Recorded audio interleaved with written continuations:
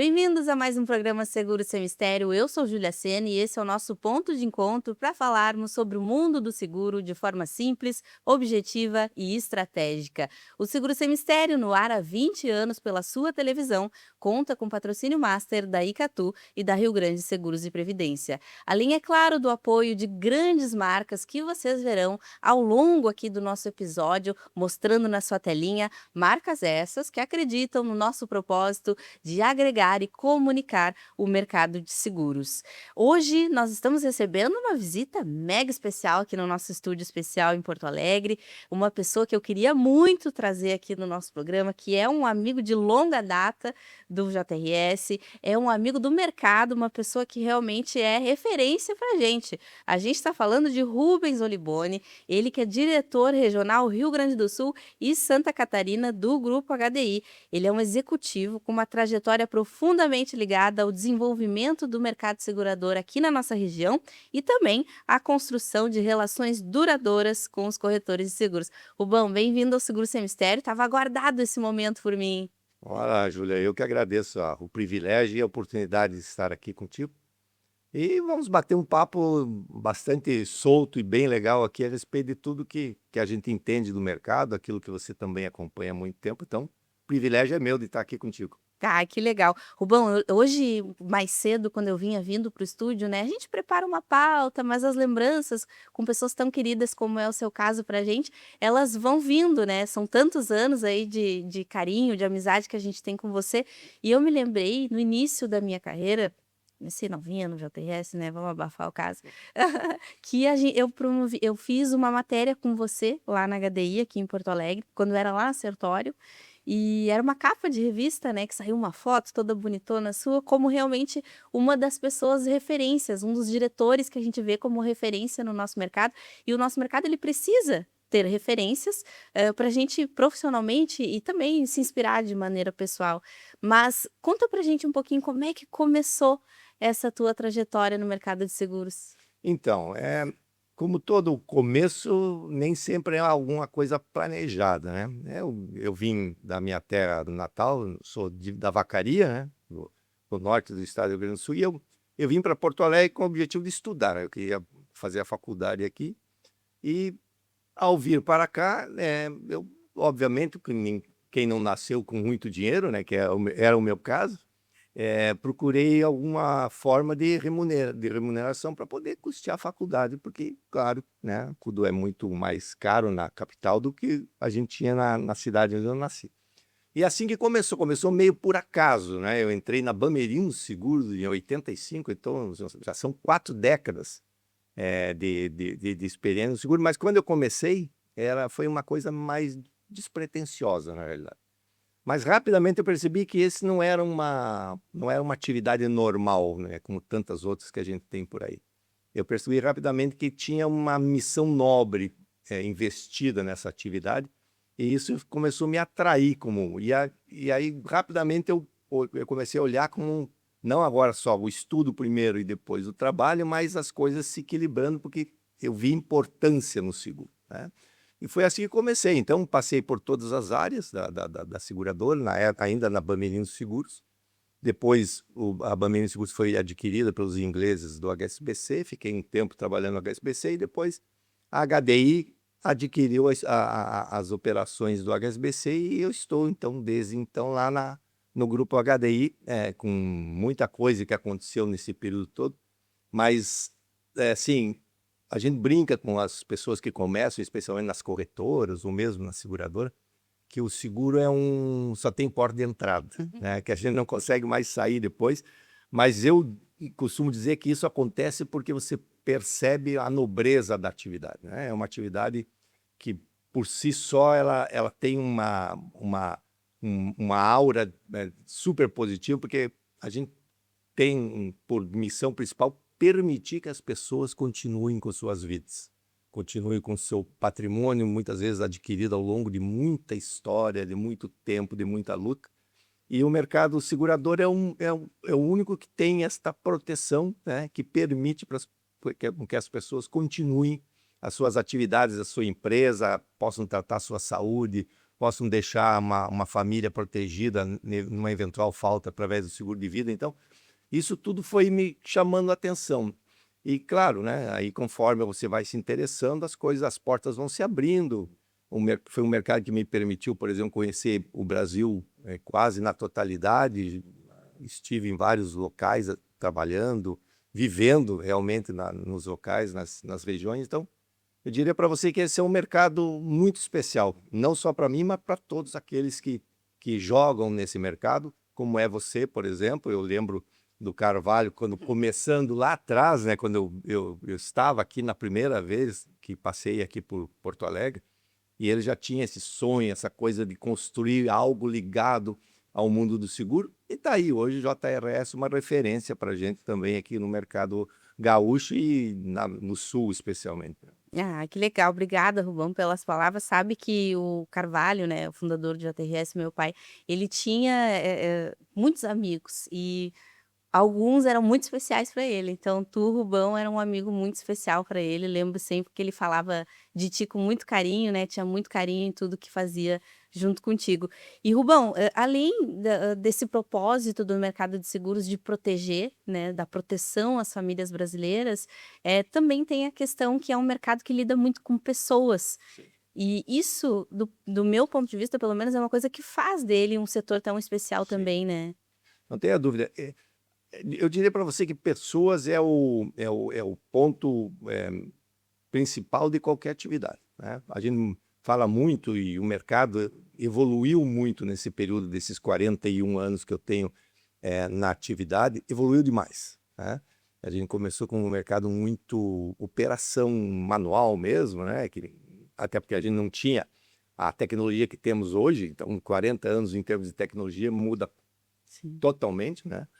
Mas o único ponto que não mudou nesse período todo são as pessoas. A importância de você ter pessoas preparadas, pessoas que trabalham felizes no ambiente onde estão, e são elas que levam o nome do grupo, o nome de uma seguradora específica e o nome do mercado segurador para o cliente, né?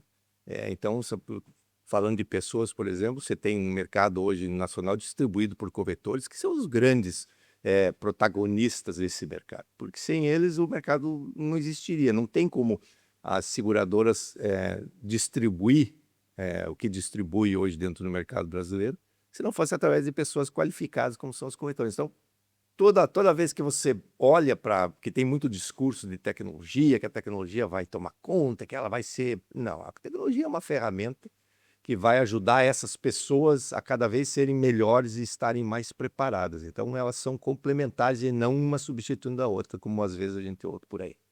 Rubão, você comentou, né, que pessoas é uma essência do mercado que não mudou, mas ao longo dessas 4 décadas, provavelmente você já presenciou outras transformações que aconteceram no mercado. Pode nos contar algumas? Ah, sim, sem dúvida. Eh, Quando a gente começou, era um mercado... Obviamente, os volumes, né, Júlia, de negócios daquela época não são comparáveis com o que a gente tem hoje, até porque o mercado todo vem se desenvolvendo junto com o próprio país, né? Nós estamos falando de 40 anos, é muito tempo, né? Então, as grandes transformações nesse sentido foram mesmo de processos, as operações melhoraram muito e a chegada de tecnologia mesmo, né? A gente começa a falar dessa época passada, e aí é uma mistura de saudosismo com um olhar de que, puxa, aquilo realmente não poderia funcionar por muito tempo daquele jeito, porque a gente precisava muito de que o mercado se desenvolvesse mais rápido, né? E a tecnologia trouxe essa possibilidade. Uma internet, por exemplo, ela permitiu que a gente fizesse as nossas subscrições em tempo real, né? Você faz hoje, no momento de um segundo depois, o corretor está recebendo a cotação, a apólice dele dentro da corretora. Isso não era possível ser pensado há 40 anos, né? Porque 40 anos atrás, as ferramentas mais sofisticadas que tínhamos eram um telex, né? Um fax. Então, às vezes, eu brinco que, hoje em dia, se você falar isso para os meninos e meninas que estão entrando no mercado, eles você Não vai vou ter que mostrar entender. uma foto, né? Senão não vai rolar. Você comentou também, Rubão, do seu início, né, na Bamerindos e com uma certa frequência a gente conversa com alguns executivos e eles também vêm dessa origem. A Bamerindos foi uma verdadeira escola, né? Foi. Na época a gente tinha algumas escolas importantes, né? E a Bamens era uma das principais escolas que formou muitas pessoas para o mercado e também formou muitos corretores de seguros, né?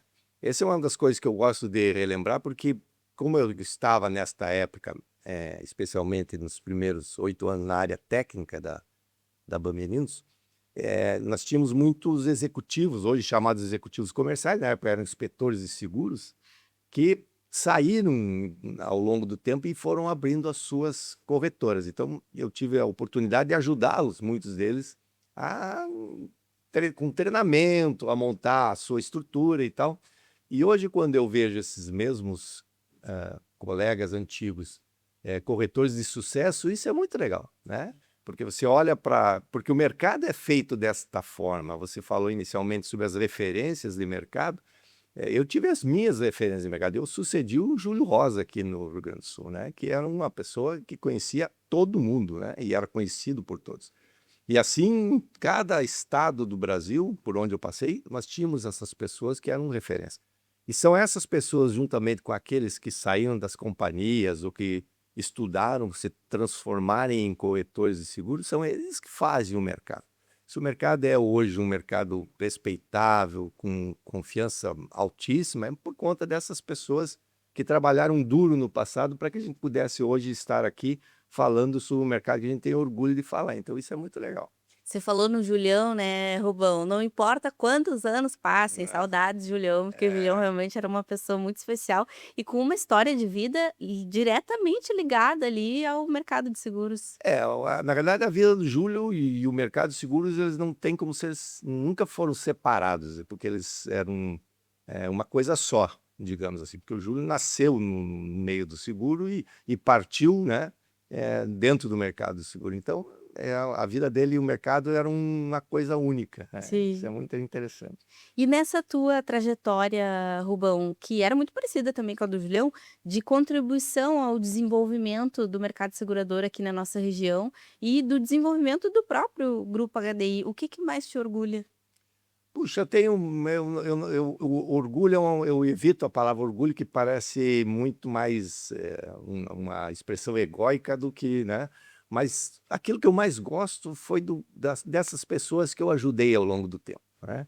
Essas formações de pessoas ao longo do tempo é a parte que mais me motiva a olhar para isso e falar, puxa, isso foi bem feito, isso foi muito legal. Foram muitas pessoas, eu tive equipes do tamanho que você imaginar, como quando eu cuidei da operação do HSBC em Curitiba, eu tinha mais de 500 funcionários respondendo para mim, e eu pude, de alguma forma, ajudá-los, e isso é muito legal, porque é isso que fica, na realidade. Porque você vai formando pessoas que vão formar outras pessoas em mercados, né? Independente de ser o mercado seguro ou não. Então, essa é a parte mais, assim, que me deixa satisfeito com a trajetória, né? Muita gente fala de legado, qual é o legado que você vai deixar? Eu acho que o meu legado que vai ficar, que não é grande coisa, mas é um legado de formação de pessoas, assim, isso é muito legal. Claro, recentemente eu participei diretamente da construção de um dos maiores grupos seguradores do país, que é a minha empresa hoje, que é o Grupo HDI. Então, isso também é muito legal, mas, de novo, é a construção de um grupo que tem como seu pilar principal pessoas. Então, na realidade, tudo que a gente fala, eu ajudei a construir um prédio, eu ajudei... Não, você fez isso através de pessoas, não tem como ser diferente. Então, por isso que sempre que você perguntar para mim sobre qual é o grande legado, eu diria que foram pessoas. Eu gosto de cuidar de pessoas, eu faço isso com o meu time e com os times que não são aqueles que respondem diretamente para mim, mas é uma coisa que me faz bem. É bom ver as pessoas bem, né, É Rubão? bom, é Como bom. dizia o Carvalho, ninguém faz nada sozinho. Não. E as pessoas só vão contribuir para os planejamentos, para os planos, se elas estiverem bem. Não é, essas coisas você não consegue separar, né? Você não consegue ter uma pessoa comprometida que queira te ajudar se ela não estiver bem. Então é uma bobagem achar que é o contrário. Não, todo mundo tem que trabalhar ao máximo. Depois você vê como é que fica a parte da tua saúde, saúde mental, que é uma coisa que está tão em moda falar hoje em dia. Então é por aí mesmo. Você precisa realmente cuidar das pessoas para que elas cuidem dos negócios. Muito legal. E Rubão, uma curiosidade, nem tá na pauta aqui, mas enfim, a gente vai conversando e vão vindo, né, algumas pautas legais. A gente está falando aqui de pessoas e, por exemplo, aqui no Grupo HDI em Porto Alegre, a gente vê que tem colaboradores que estão na equipe há muito tempo, como é o seu próprio caso, como é o caso do Giovanni Menger, por exemplo. Uhum. Como é que é manter essas pessoas motivadas no dia a dia? Qual é o conselho que o Rubão líder dá para quem está nos assistindo? Então, Julia, eu tenho um jeito um pouco atípico de lidar com isso, né? Porque a gente sempre fala que o líder precisa motivar a sua equipe e tal, mas essa motivação ela nem sempre é conforme como as pessoas de forma geral imaginam, né? Então, você tem que ter uma grande remuneração, porque senão você se desmotiva, você precisa. É um conjunto de coisas, né? Isso é um conjunto de cuidados que você precisa ter para que as pessoas se mantenham motivadas. E as pessoas mais experientes, evidentemente, que elas começam a olhar para as suas carreiras não mais pela remuneração, mas muito mais por o ambiente que ela está inserida, se o ambiente é positivo ou não. E existe já uma máxima que diz que as pessoas não deixam uma empresa, elas deixam o seu líder, né? No momento que esse líder não representar mais aquilo que as pessoas entendem que seja o caminho, elas acabam se afastando. Então, o meu trabalho é muito mais nesse sentido. Por isso que eu falo muito de pessoas, porque o meu trabalho, eu brinco com meus gerentes, eu tenho atualmente 14 gerentes que respondem para mim, são 14 filiais do grupo nos 2 estados, mas eu brinco para eles, eu nunca ensinei eles a fazer seguro e nem a trabalhar com seguro. O que eu tento passar para eles é que eles precisam ter uma vida equilibrada, que eles precisam ter uma vida boa, cuidar da família, né? Porque se eles tiverem equilibrados nesse sentido, a parte profissional vai vir naturalmente porque eles são competentes, são experientes. Então essa experiência, essa competência, junto com um ambiente bacana e uma liberdade de trabalhar, isso ajuda muito a fazer as coisas acontecerem. Então, o meu toque nessa questão de como é que eu motivo é isso, é cuidando deles não como profissionais, mas como pessoas. Estando ligado, né, à saúde integral ali dos Isso mesmo, liderados. isso E mesmo. desses você citou que são 14 filiais, né, entre Rio Uhum, Grande do Sul e Santa Catarina, Rubão. isso. O que que, na tua visão, caracteriza o nosso mercado aqui do Sul? O mercado do Sul é um mercado bastante maduro, né, Júlia?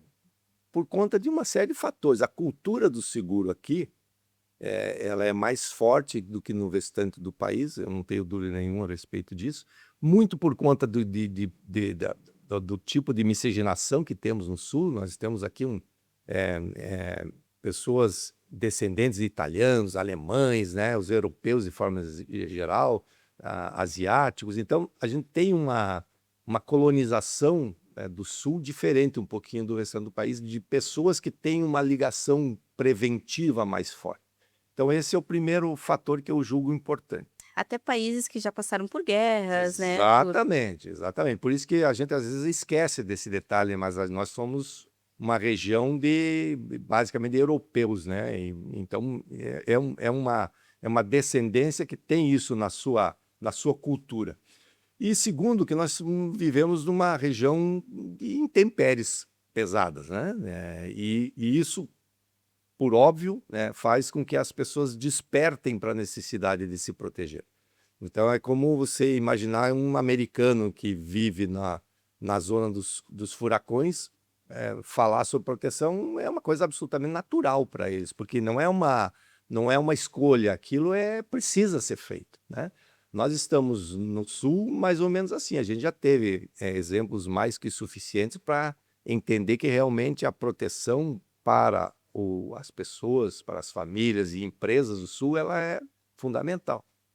E falando nessa questão dos eventos climáticos, por exemplo, Rubão, a gente teve, né, aí a maior catástrofe em 2024, dos últimos tempos, mas a gente também sabe que, chuvas intensas, situações acontecem em mais de 140 municípios do Rio Grande do Sul, pelo menos nesse último ano, né. Ok. Essas intempéries, na opinião do Grupo HDI, na sua opinião, elas deixaram de ser fatos isolados?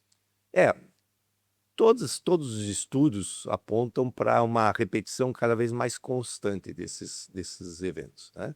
É, o mundo todo tem uma mudança climática importante que acaba acarretando esses eventos regionais que são, no nosso caso especificamente, são muito diferentes daquilo que a gente tinha há 20 anos, 15 anos atrás. Então a gente entende e se prepara para isso, inclusive, porque a possibilidade de ter repetição desses eventos futuros é grande, né? Os estudos mostram isso e obviamente, as seguradoras trabalham muito com estatística. A estatística é extremamente importante porque essa repetição, ela vai te dando um norte, vai te possibilitando você fazer uma subscrição mais acurada, a você fazer um trabalho de prevenção que é extremamente importante. Então, eu não tenho dúvida, e a gente não tem dúvida nenhuma no grupo, de que a gente precisa se preparar cada vez mais, porque esses eventos eles vão continuar acontecendo cada vez mais frequentes. E por falar em métricas, né, que as seguradoras adoram, trabalham muito em cima disso, porque mostra padrão, né, Rubão? Uhum. Entre 2022 e 2024, eu até anotei aqui, a gente somou, os desastres climáticos provocaram aproximadamente 184 bilhões em perdas econômicas no Brasil, né? Um montante aí Uhum. realmente é muito significativo. Ao mesmo tempo, a gente viu que também apenas 9% desse montante, desse valor, estava protegido por seguros. O que que esse gap revela sobre o nosso país? Então, o que a gente chama isso de gap de proteção, né? Esse gap de proteção ele é ele está muito ligado à cultura do país mesmo, de forma geral. A gente não tem, por exemplo, uma educação baseada nessa prevenção, uma educação financeira, por exemplo. Então, as pessoas elas não só desconhecem a possibilidade de se protegerem, mas também não sabem como, de forma geral, né? Então, esse é um grande desafio para o mercado, né? Para todos os jogadores do mercado. Esse é um grande desafio. Como é que nós fazemos este aculturamento, que a gente chama, ou essa educação, chegar para todas as pessoas?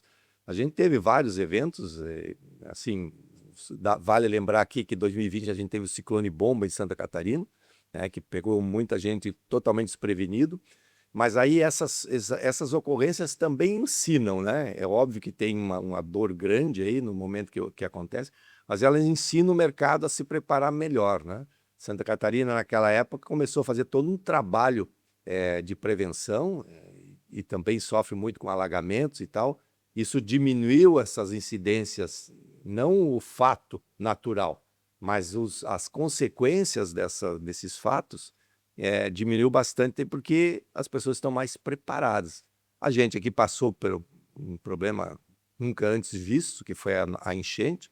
Isso ensinou muito o mercado também, como é que tem que se preparar para os futuros acontecimentos que, como eu disse antes, eles virão, né? A gente não há dúvida de que nós teremos novas ocorrências e a gente precisa estar mais preparado para isso, né? E Rubão, depois do acontecimento do ciclone bomba lá em Santa Catarina em 2020 e das enchentes aqui no Rio Grande do Sul em 2024, vocês perceberam uma mudança no comportamento do consumidor ou ele ainda tende a ser mais reativo, ou seja, agir só depois do problema acontecer? Então, o que acontece quando você tem esses fatos impactantes, né? Os famosos cisnes negros, né? Que eu até tenho literatura dizendo que são eventos inesperados e com um impacto muito grande. Na realidade, o que você percebe é que, num primeiro momento, as pessoas reagem imediatamente buscando proteção. Mas essa é uma conscientização que não perdura. Ela é passageira, de forma geral. À medida que eles se repetem, a gente tem, por exemplo, no sul, granizo que é uma constância. Então isso já não é mais, vai ter, a gente só não sabe o dia e aonde, mas que teremos. Então a contratação de proteção para esse tipo de risco aí já é mais permanente. A gente já tem empresários mais preocupados com esse tipo de evento. Nós tivemos recentemente em Erechim, né, Sim. um evento massivo de granizo que foi quase inexplicável porque destruiu boa parte da cidade e o mercado segurador estava lá para fazer a sua obrigação, que era indenizar e acolher as pessoas que estavam com dificuldade. Mas isso faz com que as pessoas se preocupem mais, liga um sinal de alerta a respeito de como você precisa agir antes do acontecimento. E a forma natural é a prevenção. Então, você tem um aculturamento forçoso por conta desses eventos, mas que no primeiro momento ele é rápido, todo mundo se preocupa e depois vai arrefecendo ao longo do tempo, porque as pessoas, não aconteceu mais, talvez não seja tão necessário. A gente ainda precisa criar esse aculturamento permanente, né? E como evitar, Rubão, que essa preocupação ela desapareça com o passar do tempo? Assim, Julinha, eu acho que a única forma, isso vale para tantas outras coisas, mas a única forma é educar mesmo, é educar através da educação, né? Quando eu falo da educação financeira, porque nós somos um país jovem, evidentemente, mas que carece ainda muito de um trabalho de educação, não só sobre proteção, mas sobre como usar o seu dinheiro, como alocar o seu dinheiro. A gente não tem isso como uma base da educação, e eu acho que esse é o único caminho.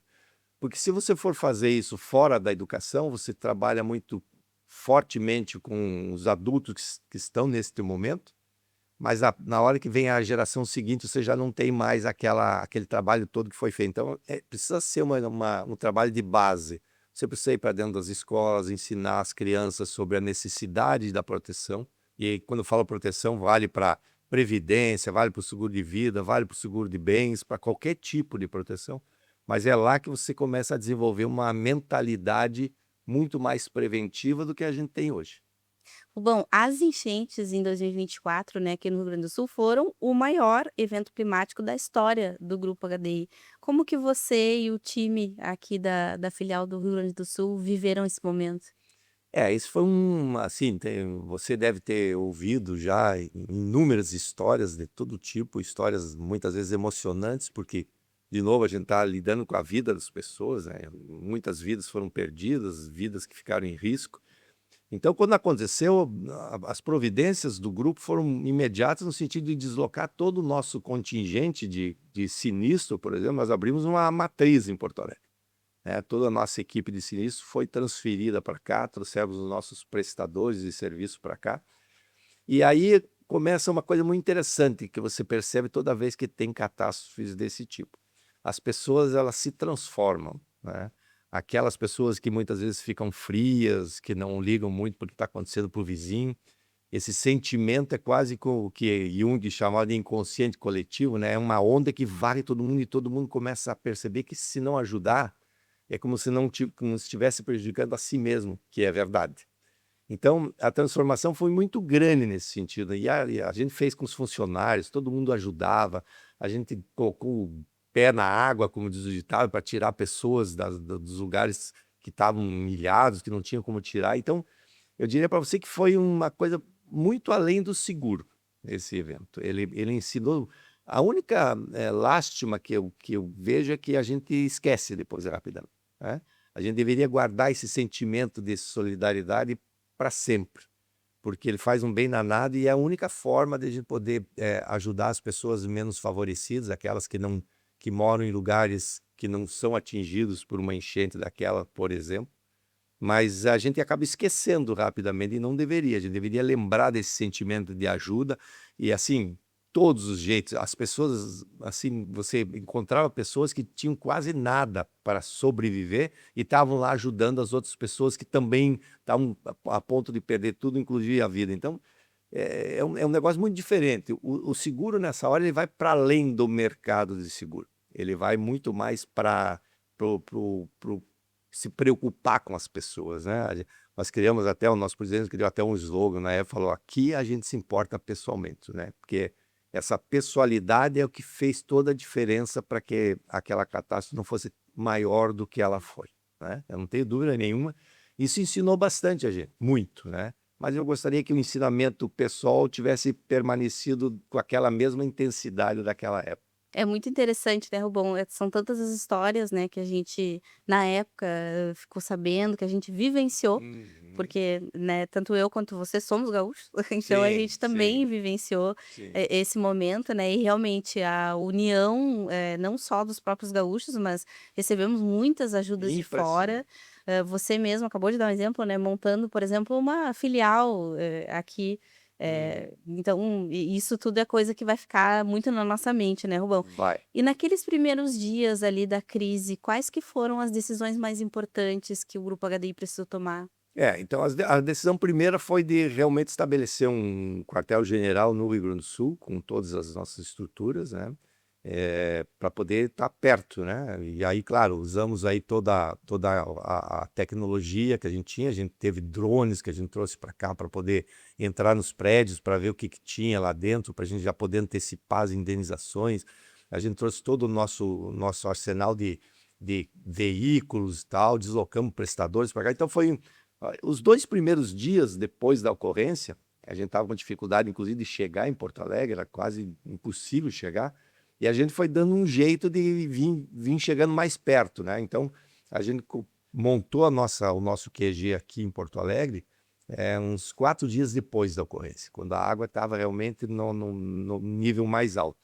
E aí começamos a fazer todo esse trabalho de socorrer mesmo, primeiro socorrer com jet ski, com caminhonetes mais preparadas para poder acessar lugares que normalmente não seriam possíveis, e com muita gente também. Trouxemos o nosso contingente todo, o nosso presidente esteve presente aqui por, acho que umas 3 semanas, vindo e voltando, e toda vez que descia em Santa Catarina, e aí já vinha para cá com mantimentos, com água, com roupas, que é uma forma também da gente poder ajudar além daquilo que era a nossa obrigação como empresa, né? Foi muito além da obrigação de contrato do seguro, porque, de novo, a gente estava preocupado muito mais com as pessoas, porque a gente sabia que a grande maioria não teria proteção, securitária naquele momento.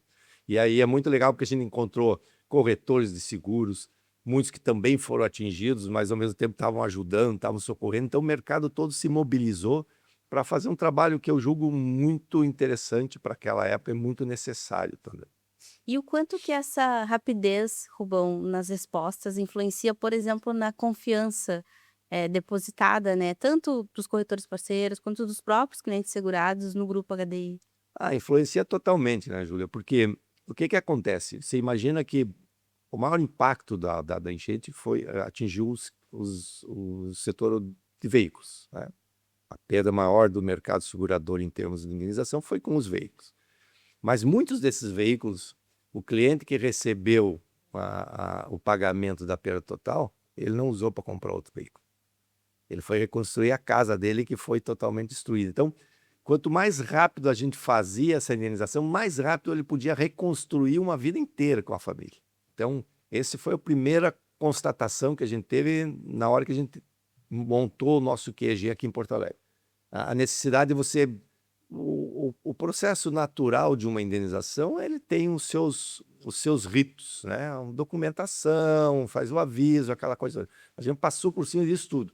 Então, o cliente mandava as fotos, dizia qual era a pólice dele, a gente montava tudo aqui e já fazia a indenização para ele, porque a gente sabia que isso não seria, na grande maioria, não foi utilizado para comprar outro veículo. Foi utilizado para comprar mantimentos, né? Porque aí a gente esquece disso, as pessoas perderam tudo, né? Não tinha mais alimento para consumir. Então, isso permitiu que elas se recuperassem rapidamente por conta da indenização vinda do automóvel, né? Depois, muitas, com o longo do tempo, conseguiram recuperar financeiramente e comprar novamente esses automóveis. Mas, naquele momento, era o que restava para a gente como segurador, fazer a indenização rápida. E também um detalhe importante, né, Rubão, para quem está nos assistindo e provavelmente pode não temos muitos espectadores que também não são diretamente ligados ao mercado, já que o nome do nosso programa é Seguro Sem Mistério, tirar um pouquinho do mistério do Sim, seguro, né, sim. Rubão? Não era uma obrigação por lei das seguradoras fazerem isso. Existe um rito, como você disse, né, para dar entrada ali no sinistro, ao qual o grupo HDI decidiu deixar de lado em nome de uma causa maior, né? Sim. Eu acho que esse é o grande... a gente sempre fala que seguro é bom senso, né? Bom senso em todos os sentidos. Então, num momento desse, não faria sentido você continuar com os ritos normais, Dificultar, né? dificultar, uma indenização, quando você sabia, por óbvio, que as pessoas estavam muito necessitadas. Então, isso nós tivemos algo semelhante na pandemia, com as indenizações de vida, né? Que no contrato era excludente, mas que o mercado decidiu, não, isso aqui não faz sentido ser excludente, nós vamos indenizar. Então, eu acho que o mercado ele cresce e vem a confiança do consumidor após esses eventos exatamente por isso, né? Porque a confiança, confiar com confiança, né? Você precisa realmente adquirir isso de alguma forma.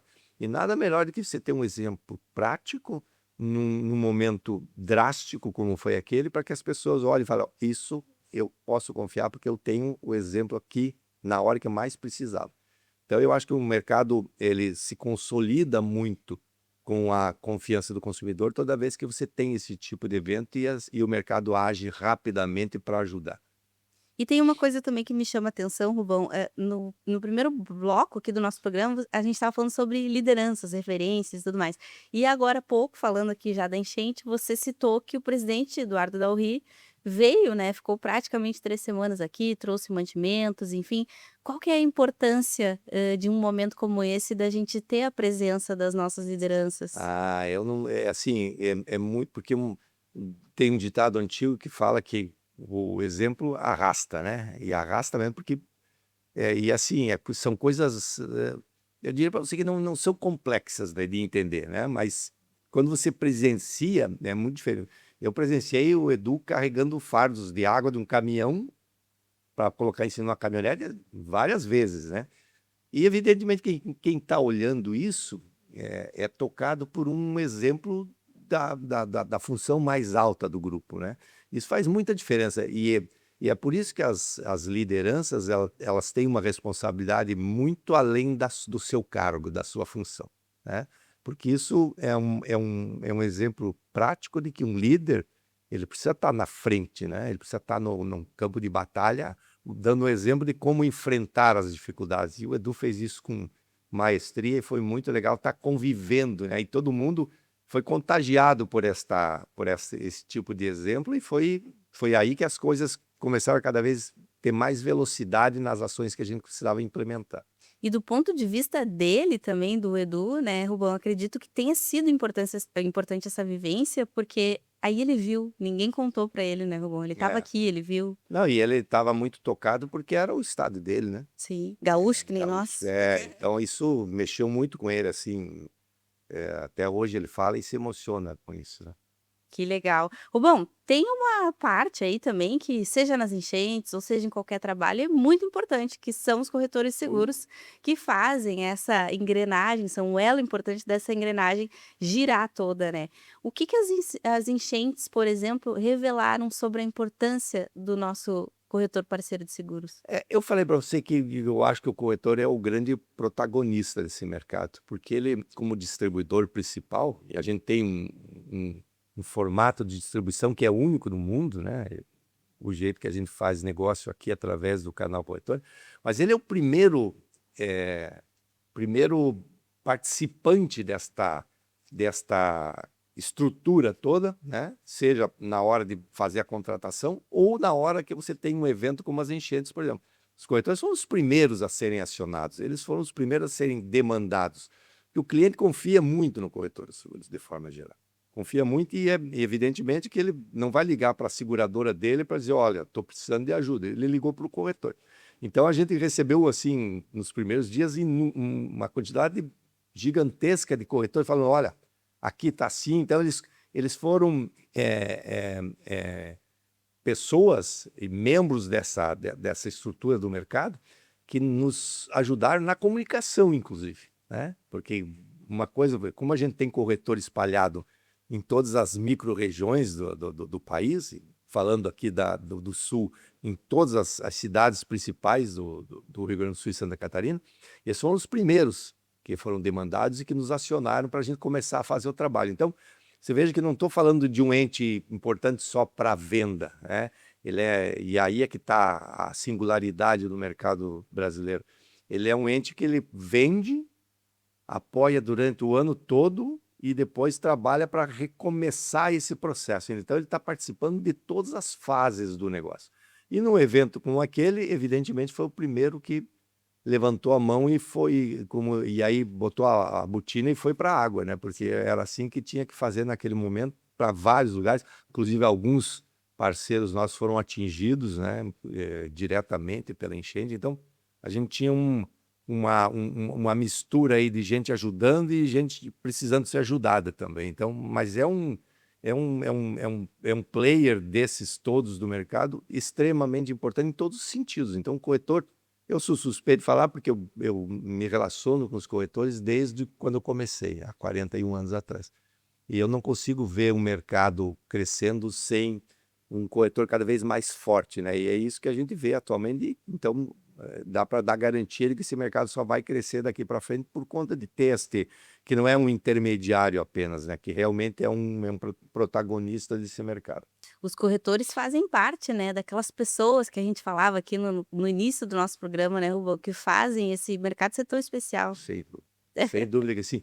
Porque assim, a gente fala muitas vezes, é o nosso principal distribuidor, mas um corretor é mais que um distribuidor, né? Porque o distribuidor é o broker europeu, americano.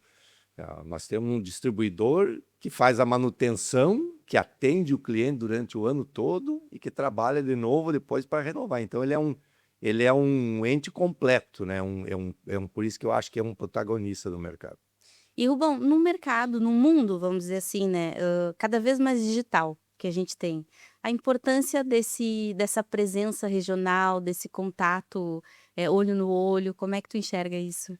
Então, você já deve ter ouvido várias vezes aquela história: olha, eu acho que com a tecnologia um corretor vai desaparecer. Às vezes alguns corretores, especialmente os mais jovens, têm essas dúvidas ainda. E eu costumo dizer, vai, né? Assim como o padeiro, como o carpinteiro, que não se especializar, que não acompanhar, não vai ter espaço para frente.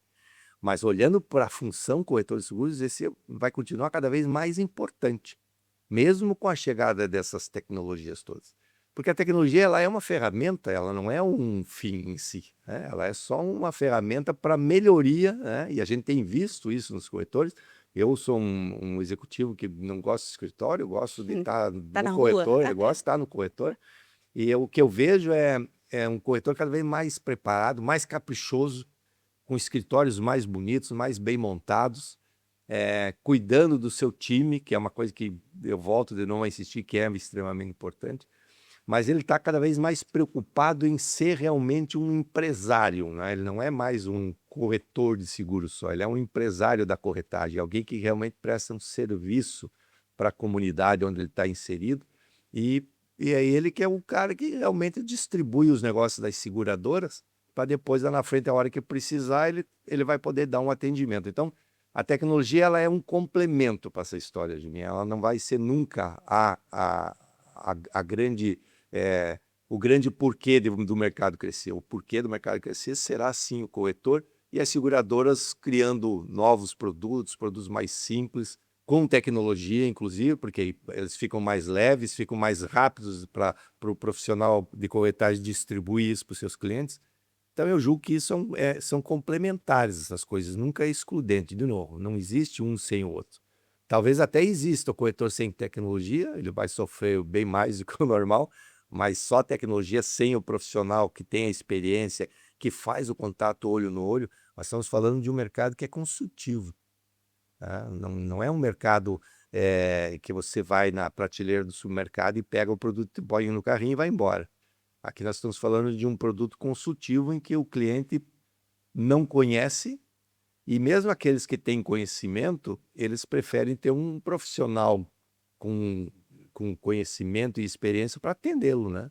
Então, se um empresário, mesmo um empresário que conheça com profundidade o seguro, ele não tem tempo para ficar fazendo cotações, para buscar o melhor produto no mercado para proteger o seu negócio. Quem vai fazer isso é o profissional mais tarimbado, digamos assim, para fazer isso, que é o corretor. E Rubão, o grupo HDI é referência quando a gente fala em automóvel, mas é um grupo multirramo, como a gente Hum. diz, né, que tem aí diversas verticais, como o residencial, empresarial, patrimonial, né? Que oportunidades que tu identifica que os corretores têm nesses ramos que vão para muito além do automóvel?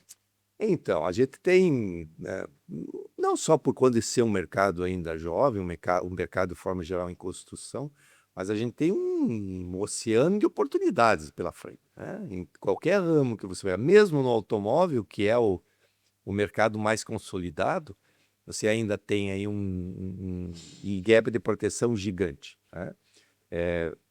Para os demais produtos, você falou do residencial, aí as estatísticas divergem um pouquinho, mas não temos mais que 25% das residências brasileiras protegidas. Então, você imagina o tamanho que é este gap, né, e o que precisa ser feito para que você possa levar essa proteção a todas as pessoas. Isso vale para o empresarial, que também é ainda menor o percentual que esse, né? Então, significa que nós temos muitas empresas que podem simplesmente desaparecer, né, num eventual incêndio, por exemplo. Se você não tiver uma proteção boa, você pode simplesmente não poder reabrir a sua empresa, né? E não reabrir a empresa significa desencadear negativamente uma cadeia problemática, porque aí você não tem mais como manter família, você não os funcionários que estão ligados a essa empresa não têm mais o seu trabalho, então O sonho acaba, né, o Rubão? sonho acaba. Então a gente tem realmente um gap gigantesco de proteção dos produtos que a gente e assim, melhorou? Sim, melhorou. Eu lembro que quando eu comecei, o mercado segurador representava 2,5% do PIB. A gente tem agora aí um programa todo montado pela Confederação, dizendo que o nosso objetivo é 2030 chegar a 10%. Então você veja que existe aí sim uma evolução importante, mas é uma evolução que não chega nem perto do potencial que se tem para trabalhar esses outros produtos. E, de novo, a gente vai trazer para esta linha de raciocínio o corretor de seguros. É ele que vai olhar para esse universo, é ele que está em contato direto com os clientes, vai olhar e vai poder trazer proteção para esses clientes de forma geral. Rubão, muito legal. A gente até passou do tempo aqui, mas eu disse, cara, tô aqui com o Rubão, esperei tanto para entrevistar ele, eu vou fazer mais tempo. Depois o Bruno que se vire para editar o nosso programa. Tá certo. Brincadeiras à parte, mas a gente tem um quadro final aqui, Rubão, no nosso programa, que é uma grande brincadeira que a gente faz, de frente com as lideranças, onde eu vou te fazer algumas perguntas rápidas e tu responde com o que vier na cabeça, pode Certo. ser? Pode, claro. Seguro é, Proteção. corretor de seguros é, Pilar fundamental. região sul representa, Cultura de seguro. prevenção é, Garantia de futuro. um aprendizado das enchentes, Preparação. liderança exige, Atenção e cuidado. o futuro do mercado segurador será, Tecnologia com corretores cada vez mais preparados. Grupo HDI em uma palavra, Rubão, Sucesso. e uma palavra que define a tua trajetória. Dedicação. Dedicação, olha só, ele já veio certeiro. Rubão, foi um prazer te ter aqui no Seguro Sem Mistério. Espero que a gente possa ter mais conversas, né, para eu botar lá no meu currículo todas as vezes que eu entrevistei Rubens Olibone. Já perdi as contas, né, Rubão? Que a gente tem várias aí dos congressos que a gente se encontra, de entrevistas que já fiz lá no Grupo HDI também contigo, mas é sempre um prazer. Como dizia meu pai, a gente sempre bebe da sua sabedoria, então é sempre um prazer estar contigo. Muito obrigada pela conversa. E agora, para a gente finalizar mesmo, um recadinho para quem vai estar nos assistindo aqui na Câmera da Verdade. Bem, primeiro, agradecer muito essa oportunidade de estar aqui com a Júlia, falar um pouquinho do mercado que eu tanto gosto, que é a única coisa que eu sei fazer na minha vida, né? Mas eu queria que os ouvintes entendessem da importância, então, desse mercado que a gente falou aqui um pouquinho, e pensem a respeito disso, pensem como fazer para se protegerem, para estar garantidos, ter a continuidade dos seus negócios, a proteção da sua vida, da sua saúde, dos sonhos construídos, às vezes, ao longo de tanto tempo. Então, pense a respeito, procurem o seu corretor de seguro, que é o profissional adequado para dar essa proteção, a melhor proteção. E nós, como seguradores, Grupo Segurador HDI, estaremos sempre à disposição, né, Júlia? À tua disposição, à disposição do mercado de forma geral, para a gente continuar lutando para que esse mercado seja cada vez melhor, que as pessoas possam se sentir cada vez mais seguros. Muito legal. Esse foi o recado dele, Rubens Olibone, ele que é diretor do Rio Grande do Sul e de Santa Catarina, do Grupo HDI, aqui no programa Seguro Sem Mistério, inédito no nosso novo formato, Rubão, aqui com a gente. E você que assistiu o nosso episódio até aqui, bebeu dessa sabedoria, como a gente diz, curte, comenta, compartilha e segue o @jrs.digital nas redes sociais para ficar por dentro de tudo o que acontece no mundo do seguro. Até a próxima.